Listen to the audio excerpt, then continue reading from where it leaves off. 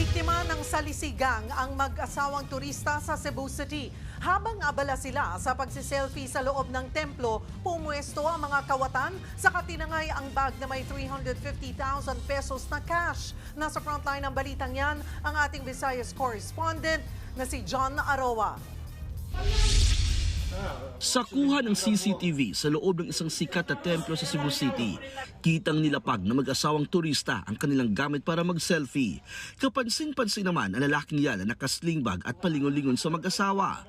Nang makahanap ng tiyempo, mabilisan itong dinampot ang bag at ipinasa sa babaeng kanyang kasabwat at naglakad na parang walang nangyari.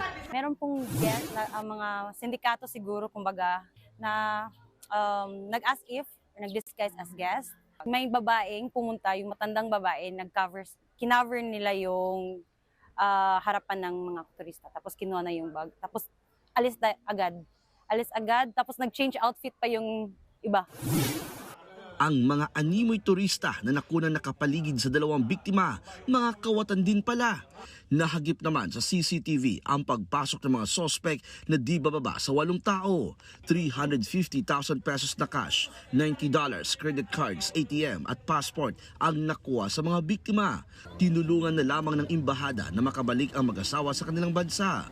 Bunsod dito, mas paiigtingin ang seguridad sa templo lalo na ngayong Semana Santa. Peak season po, meron kaming employee na nag-roving talaga.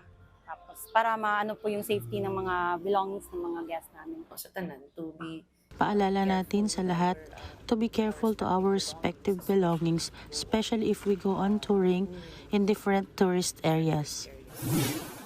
Nananawagan ng PNP sa kung sino man ang nakakakilala sa mga sospek na agad na ipagbigay alam sa kanila. Nagbabalita mula sa Frontline, John Aroa, News 5 Visayas. Mga kapatid, Cheryl Cosim po, huwag maging huli at maging una sa lahat sa balitaan. Para sa tuloy-tuloy na talakayang sa Frontline, mag-follow at mag-subscribe sa social media pages ng News 5.